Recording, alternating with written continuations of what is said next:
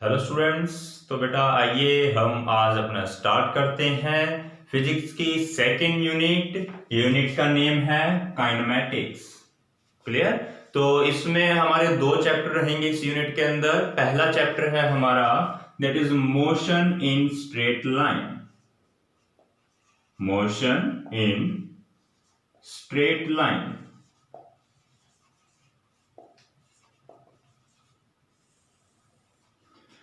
तो बेटा ये चैप्टर स्टार्ट करने के से पहले आज हम केवल इसमें कुछ इंट्रोडक्शन पार्ट करेंगे। इसका कुछ ज्यादा डिटेल में नहीं जाएंगे, केवल बेसिक्स, केवल इंट्रोडक्शन है इस चैप्टर की, इससे ज्यादा कुछ नहीं है। क्लियर। तो देखिए बेटा, मोशन इन स्ट्रेट लाइन मतलब कि जब ऑब्जेक्ट स्ट्रेट लाइन में मूव करता है, वन डायमेंशन में मूव करता है, तो हम उसको स्टडी करने वाले हैं आज। क्लियर। तो देखिए सबसे पहले हमें ये चैप्टर स्टार्ट करने से पहले पता होना चाहिए मैकेनिक्स के बारे में। हम काइनेमैटिक्स चैप्टर कर रहे हैं तो सबसे पहले आपको मैकेनिक्स की नॉलेज होनी चाहिए कि व्हाट इज मैकेनिक्स। तो देखिए बेटा, मैकेनिक्स क्या है? फिजिक्स की ऐसी ब्रांच जिसमें हम ये स्टडी करते हैं कि ऑब्जेक्ट रेस्ट पर है, मोशन में है, या मोशन में क्यों है, रेस्ट पे क्यों है, उसके ऊपर कौन सा फोर्स लग रहा है। हम ये सब बातें स्टडी करते हैं जिस ब्रांच ऑफ फिजिक्स में, उसी फिजिक्स की ब्रांच को हम बोलते हैं मैकेनिक्स। क्लियर। जैसे मैकेनिक्स ऐसे भी और कई ब्रांच है फिजिक्स की, तो उनमें से मैकेनिक्स एक है। अब मैकेनिक्स के भी फर्दर टाइप्स हैं आगे। जैसे सबसे पहले अगर मैं टाइप की बात करूं मैकेनिक्स का, तो वो रहेगा बेटा स्टैटिक्स।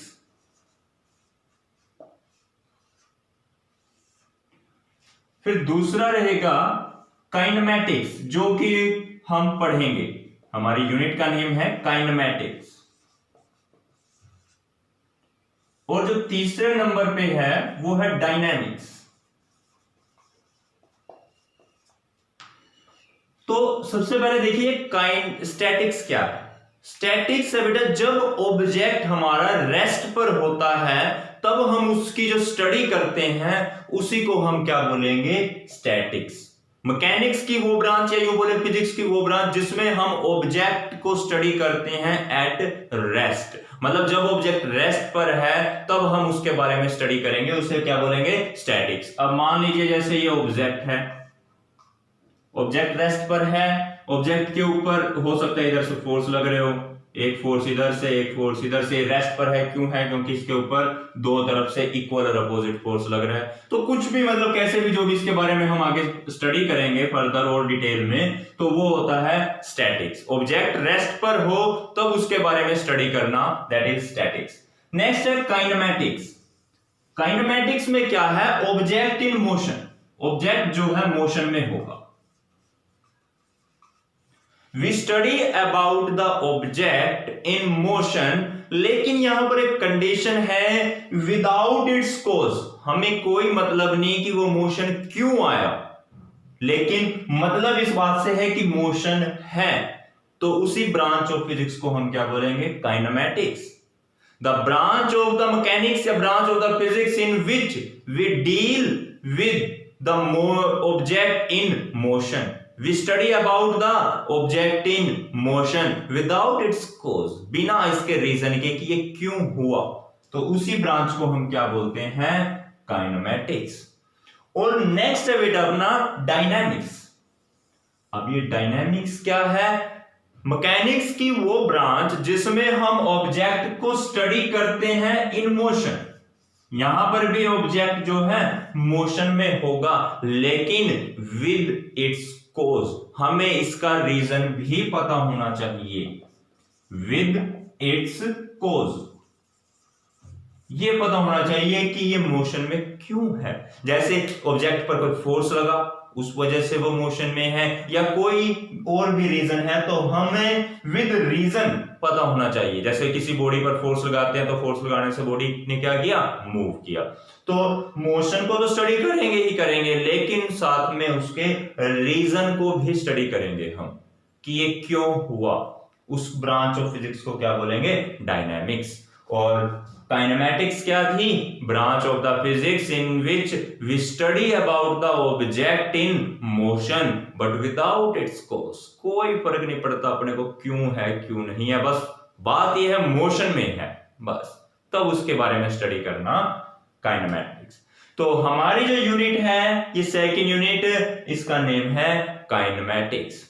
और काइनेमैटिक्स में जो हम चैप्टर कर रहे हैं अभी अपना पहला, that is motion in a straight line. तो नेक्स्ट इसमें हम समझते हैं दैट इज रेस्ट। एक रेस्ट और दूसरा मोशन। क्वेश्चन है ये रेस्ट क्या है, मोशन क्या है? जनरली इसके बारे में बेसिक आपको ऑलरेडी पता भी होगा थोड़ा बहुत। तो देखिए एक बार रेस्ट क्या है और मोशन क्या है। अब मान लीजिए यहां पर एक ऑब्जेक्ट रखा है ए और एक यहां पर है बी। क्लियर?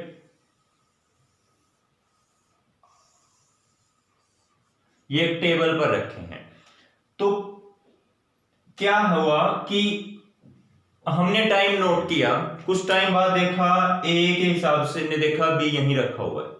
थोड़ी देर बाद फिर देखा टाइम बढ़ता गया, फिर इन दोनों की पोजीशन जो है सेम है, ए भी वही है और बी भी वही है। ऐसे टाइम स्पेंड होता गया तो लेकिन ए और बी दोनों अपने वहीं के वहीं है। तो ए के रिस्पेक्ट में बी कहां पर है, रेस्ट या मोशन? तो हम कहेंगे रेस्ट पर है। ए के हिसाब से बी क्या है, रेस्ट पर है।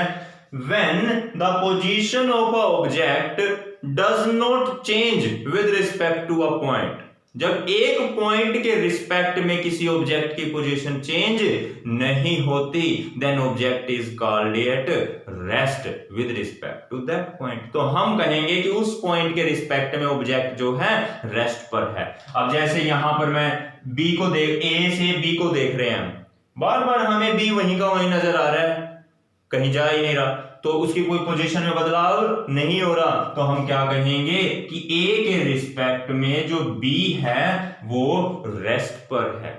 अब यहां पर ये बात ध्यान रखना, रेस्ट और मोशन वर्ड बताने के लिए हमें एक रेफरेंस पॉइंट लेना पड़ेगा। बिना रेफरेंस पॉइंट के हम नहीं बोल सकते कि वो रेस्ट पर है या मोशन में है। क्योंकि मान लीजिए पास में से कोई लड़का है, चलता हुआ जा रहा है या कोई गाड़ी जा रही है, तो उस गाड़ी के हिसाब से बी रेस्ट पर नहीं है, गाड़ी के हिसाब से बी की पोजीशन टाइम के साथ चेंज हो रही है। तो यानी कि बी इज इन मोशन। लेकिन ए के अकॉर्डिंग तो बी क्या है, रेस्ट पर है। तो बेटा रेस्ट का मतलब क्या है, जब एक पॉइंट के रिस्पेक्ट में कोई दूसरा कोई ऑब्जेक्ट अपनी पोजीशन को चेंज नहीं करता, तो हम कहेंगे कि वो जो ऑब्जेक्ट है इस पॉइंट के रिस्पेक्ट में रेस्ट पर है। लिखने की जरूरत नहीं है, केवल इसको समझ लो, बस उतना काफी। Next motion. अब मोशन क्या है, जब एक पॉइंट के रिस्पेक्ट में एक ऑब्जेक्ट अपनी पोजीशन को चेंज करे विद टाइम, तो हम कहेंगे कि object is in motion with respect to that point, कि इस पॉइंट के रिस्पेक्ट में ये ऑब्जेक्ट क्या है, मोशन में है। अगर ये अपनी पोजीशन को टाइम के साथ चेंज करे तब। तो क्लियर, ये था अपना रेस्ट और मोशन।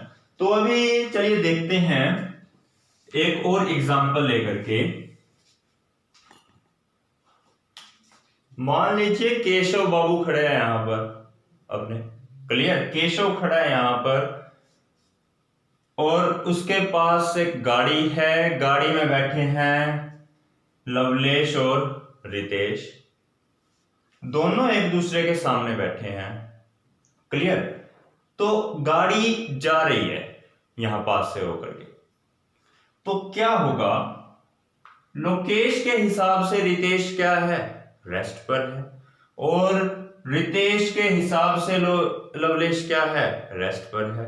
क्योंकि इनके हिसाब से एक दूसरे के रिस्पेक्ट में इनकी पोजीशन में कोई चेंज नहीं हो रहा, बेशक से गाड़ी आगे जा रही है, लेकिन केशव को क्या लग रहा है कि ये जा रहे हैं क्योंकि केशव के हिसाब से इनकी पोजीशन टाइम के साथ चेंज हो रही है। तो इसका मतलब अगर ये इनको देखता है तो इसको तो ये नजर आते हैं मोशन में, लेकिन अगर ये एक दूसरे को देखते हैं तो ये नजर आते हैं रेस्ट पर। ऐसे ही अगर ये इसको देखें तो इनके हिसाब से ये क्या है, मोशन में। क्लियर? तो रेस्ट और मोशन बताने के लिए हमें एक रेफरेंस पॉइंट की जरूरत होती है। अब ये रेफरेंस पॉइंट क्या है? रेफरेंस पॉइंट जिसको आप जैसे बोल देते हैं ना ओरिजिन, वो ओरिजिन ही हमारा क्या होता है, रेफरेंस पॉइंट। जैसे ग्राफ होता है, एक ग्राफ में हम क्या करते हैं, यहां पर ओरिजिन मान लेते हैं। अब ऑब्जेक्ट की पोजीशन बताते हैं वो हम ओरिजिन के हिसाब से बताते हैं। तो ये क्या है मेरा रेफरेंस पॉइंट। अब अगर मान लीजिए केशव यहां पर खड़ा है और ये लवलेश और रितेश आगे जा रहे हैं, तो यहां पर जो रेफरेंस पॉइंट है वो कौन है, केशव है। क्लियर? अब डिस्टेंस ये जा रहे हैं आगे, तो डिस्टेंस में चेंज आ रहा है, पोजीशन में चेंज आ रहा है। वो पोजीशन हम कहां से माप रहे हैं, केशव से लेकर के यहां तक का डिस्टेंस हम माप रहे हैं, तभी हमें डिस्टेंस या पोजीशन का पता चलेगा। स्पीड पता करनी है तब भी हमें इस डिस्टेंस की जरूरत पड़ेगी। क्लियर? तो इसका मतलब क्या है कि हमें यहां पर एक रेफरेंस पॉइंट की जरूरत पड़ेगी, और जो रेफरेंस पॉइंट्स का एक सेट होता है जो कि यूज किया जाता है किसी ऑब्जेक्ट की पोजीशन का पता लगाने में, उसकी स्पीड का पता लगाने के लिए जिन पॉइंट्स, रेफरेंस पॉइंट्स की हमें जरूरत होती है, उनके सेट को, उनके कलेक्शन को हम क्या बोलते हैं बेटा, that is frame of reference. क्या बोलते हैं उसको, फ्रेम ऑफ रेफरेंस। केवल समझ लो, उतना काफी है, कोई लिखने की जरूरत नहीं है, कोई एग्जाम में तुमसे नहीं पूछेगा, लेकिन जस्ट नॉलेज होनी चाहिए इसके बारे में। क्लियर? तो जो रेफरेंस पॉइंट्स का एक कलेक्शन है जो कि हमारी हेल्प करता है ऑब्जेक्ट की पोजीशन पता करने में, और साथ में क्या पता करने में, ऑब्जेक्ट की स्पीड कितनी है, क्या उसकी वेलोसिटी है, ये सब बताने में, उसकी डायरेक्शन बताने में, वो उसे हम बोलते हैं frame of reference. Reference point भी क्लियर है, जिस पॉइंट से हम कोई डिस्टेंस, पोजीशन जो भी है वो हम फाइंड आउट करते हैं, उसी को हम बोलते हैं अपना रेफरेंस पॉइंट। तो अब केशव को लग रहा है कि ये दोनों मोशन में है, इनको लग रहा है कि केशव मोशन में है, एक दूसरे को देख रहे हैं तो इनको लग रहा है कि ये दोनों रेस्ट पर हैं, लेकिन केशव कहता है ना भाई ये तो मोशन में है। क्लियर? तो ये है अपना फंडा रेस्ट और मोशन का। तो ये अब एक चीज देखिए, यहां पर एक वर्ड अराइज होता है that is absolute rest.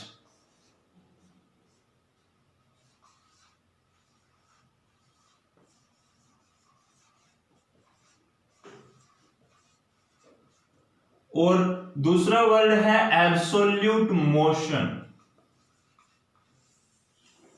Question आता है, कई बार पूछ लिया जाता है वैसे जनरली, कि क्या कोई ऑब्जेक्ट एब्सोल्यूट रेस्ट पर या एब्सोल्यूट मोशन में हो सकता है, और कैसे, ये भी समझाइए।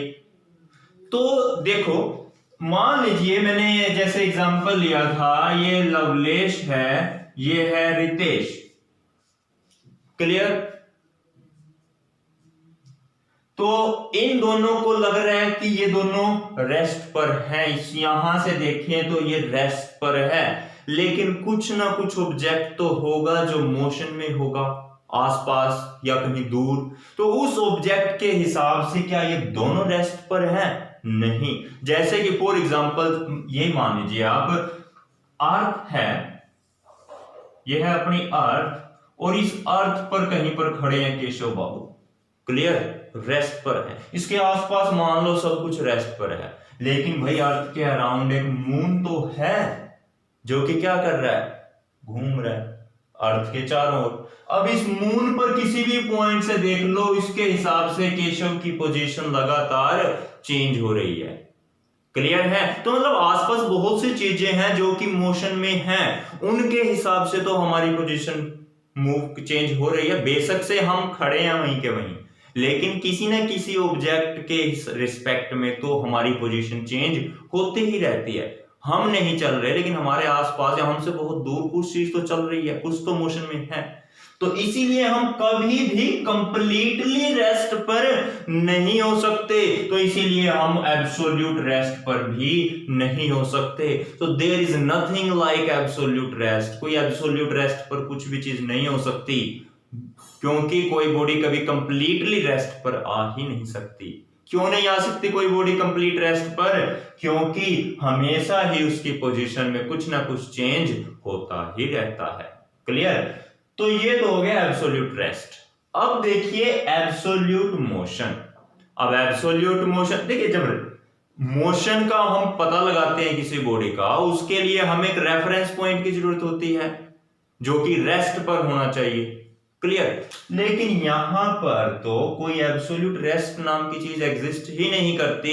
अगर ये एग्जिस्ट नहीं करता तो एब्सोल्यूट मोशन भी एग्जिस्ट नहीं करता। कभी भी आप ये नहीं कह सकते कि ये ऑब्जेक्ट एब्सोल्यूट मोशन मतलब कंप्लीटली इन मोशन। अरे कोई ना कोई ऑब्जेक्ट शायद ऐसा होगा जिसके रिस्पेक्ट में वो मोशन में ना हो, रेस्ट पर हो।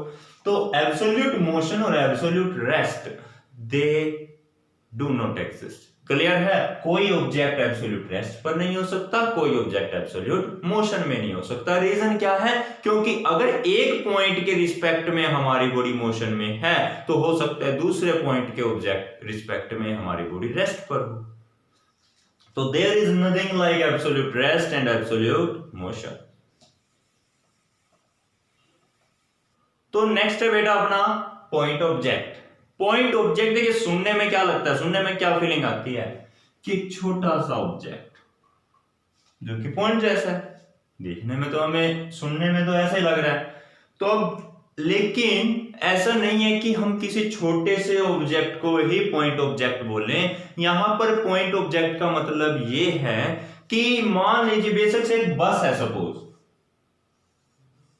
क्या है, बस, ये भी एक पॉइंट ऑब्जेक्ट हो सकती है, हो सकती है जरूरी नहीं है। कैसे? एक बस को पॉइंट ऑब्जेक्ट कब बोलेंगे? मान लीजिए ये बस जो है चली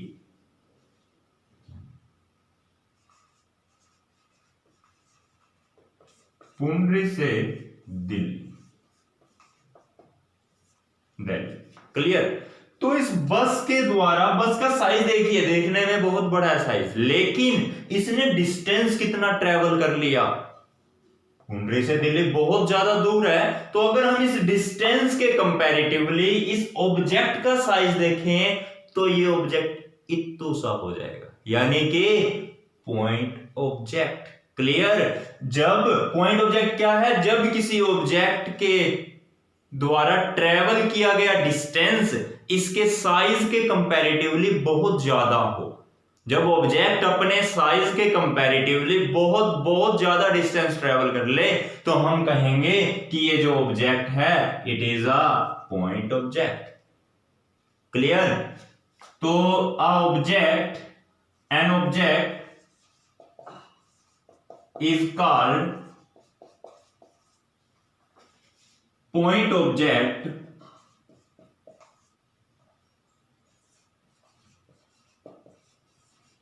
if the distance traveled by it, if the distance traveled by it is very large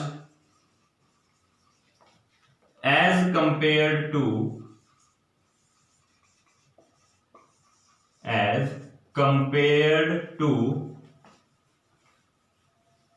its size।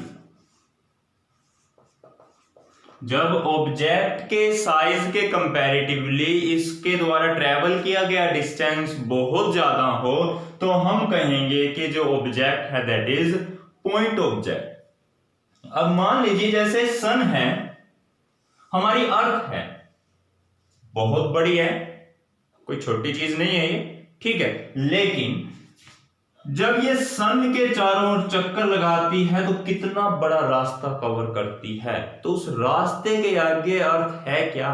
एक पॉइंट ऑब्जेक्ट। क्लियर? तो जब भी ऑब्जेक्ट, बेशक से ऑब्जेक्ट का साइज कितना भी बड़ा हो, लेकिन अगर उसके द्वारा ट्रेवल किया गया डिस्टेंस बहुत ज्यादा है तो हम उस डिस्टेंस के कंपैरेटिवली उस ऑब्जेक्ट को क्या बोल देंगे? Point object. क्लियर? हाँ, अगर मान लीजिए जैसे मैं बात करूं, ये बस है जो यहां से चलकर 2, 4, 5 मीटर, 10 मीटर, 100 मीटर दूरी तक भी चली गई, तब ये बस एक पॉइंट ऑब्जेक्ट नहीं होगी। क्लियर? इसको पॉइंट ऑब्जेक्ट तभी बोलेंगे जब इसके द्वारा ट्रेवल किया गया डिस्टेंस इसके साइड से बहुत ज्यादा हो जाए। तो ये पॉइंट क्लियर है? This is all about the point object. Next है मोशन इन वन डायमेंशन। तो देखिए, वन डायमेंशन में मोशन का मतलब क्या है? जब एक ऑब्जेक्ट मूव कर रहा है और इसकी पोजीशन बताने के लिए केवल एक कोऑर्डिनेट सफिशिएंट हो। क्या सफिशिएंट हो? केवल एक कोऑर्डिनेट ही काफी हो इसकी पोजीशन बताने के लिए, तो हम क्या कहेंगे कि object is in one dimension. यानी कि टाइम के साथ केवल इसका एक कोऑर्डिनेट चेंज हो।